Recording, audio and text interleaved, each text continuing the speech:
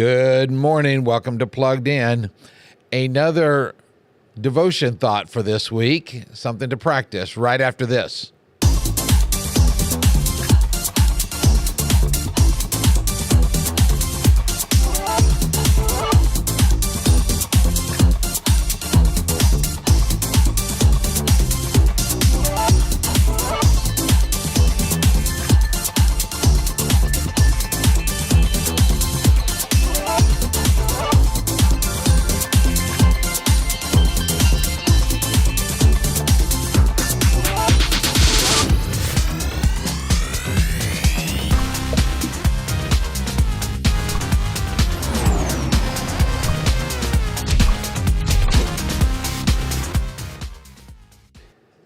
And welcome back. It is sunny and cold. I probably didn't need to tell you that, but hey, we are glad to have you here on this Martin Luther King holiday. And if you work at a job where they have given you the day off because of that, then enjoy this day. Whatever you do, take a moment to just remember the things that Martin Luther King did and what he stood for, and how God used him in a mighty way during the time that he was here on this earth. So I'm going to ask you a question, and then I'm going to give you the list again in case you might have forgot, because it's been a while since we covered it. And we need a reminder of it every so often. So let me ask you this. Of the fruit of the Spirit, which fruit of the Spirit is the hardest for you to practice? Now, if you're not familiar with where it's at, it's in Galatians chapter 5. And if, in case you've forgotten what the fruit of the Spirit is, allow for me to read it. Actually, I have it memorized, but I would rather read it because I might stop along the way. Here's what Paul says to the church in Galatia. But the fruit of the Spirit is love, joy, peace, forbearance. That's another word for patience. Kindness, goodness, faithfulness, gentleness, and self-control. Against such things there is no law.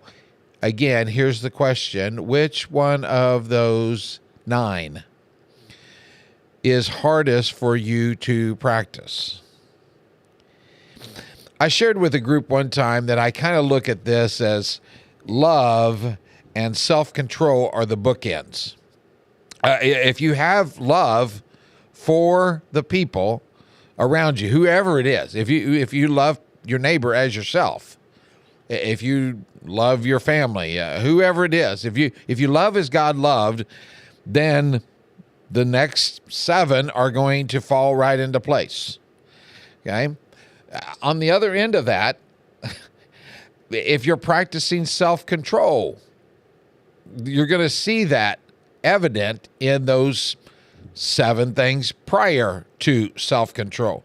If you're practicing self-control, then you're going to be faithful in your marriage. You're not going to be out running around on your spouse. If you're practicing self-control, you're not going to get out of character. When you have to address something, you're going to be gentle. You're not going to have fits of rage. You're going to be kind, so on and so forth. Third time, here's the question. Which of those 9 do you struggle with the most, have the hardest time practicing the most? I'm going to let the cat out of the bag for me, and I bet I'm speaking for a number of us. It would be patience. That's not an easy one, is it? The fruit of the Spirit is love, joy, peace, patience, kindness, goodness. We have this tendency to think that the fruit of the Spirit, we get to pick which ones we want to practice. And by practicing maybe 7 out of 9 or even 6 out of 9, then we're like, okay, we're doing good. But actually, it's the fruit. It is not fruits.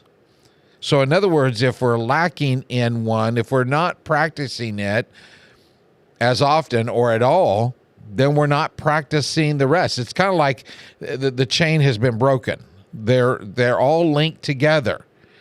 Okay? If you're practicing love, then you're practicing joy.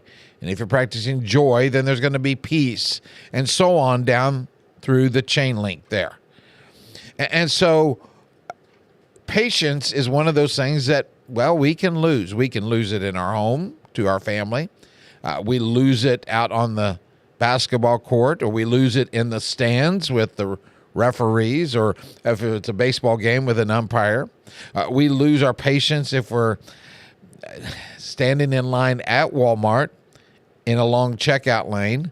We're losing our patience if we're going through the self-checkout lane at Walmart, and then we're told that we can only use a certain one because it only takes credit card, not cash. We can lose our patience in traffic. We lose our patience a lot of places. And when that happens, then we react in ways that are not always Christ-like. Now, why this talk about patience?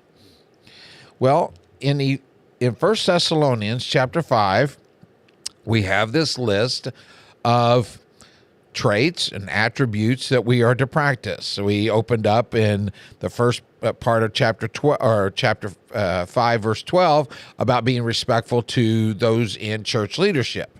And then it was last week we talked about not being idle or disruptive. And then here's what Paul says in the rest of that list.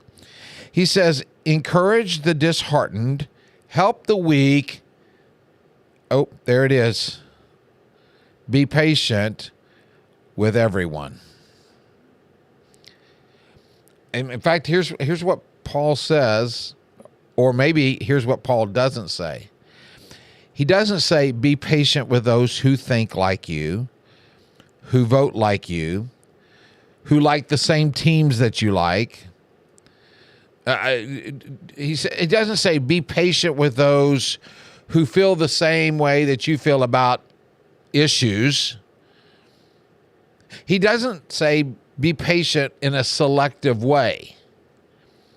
What Paul is encouraging the church in Thessalonica, who are young Christians, to do is exactly what God practices with us. And that is to be patient with everyone. And I think probably the biggest reason that Paul is telling those people this is because he knows that our actions will speak louder than our words. Our testimony doesn't only come by speaking, but it comes by the way we live and how we act. And when we are not patient, now don't take that to mean that we're not to stand up for something. That's not what I'm saying. I'm not saying that we're to be a welcome mat that is just walked all over. That's not where we're at. But patience goes a long way in diffusing issues. Okay?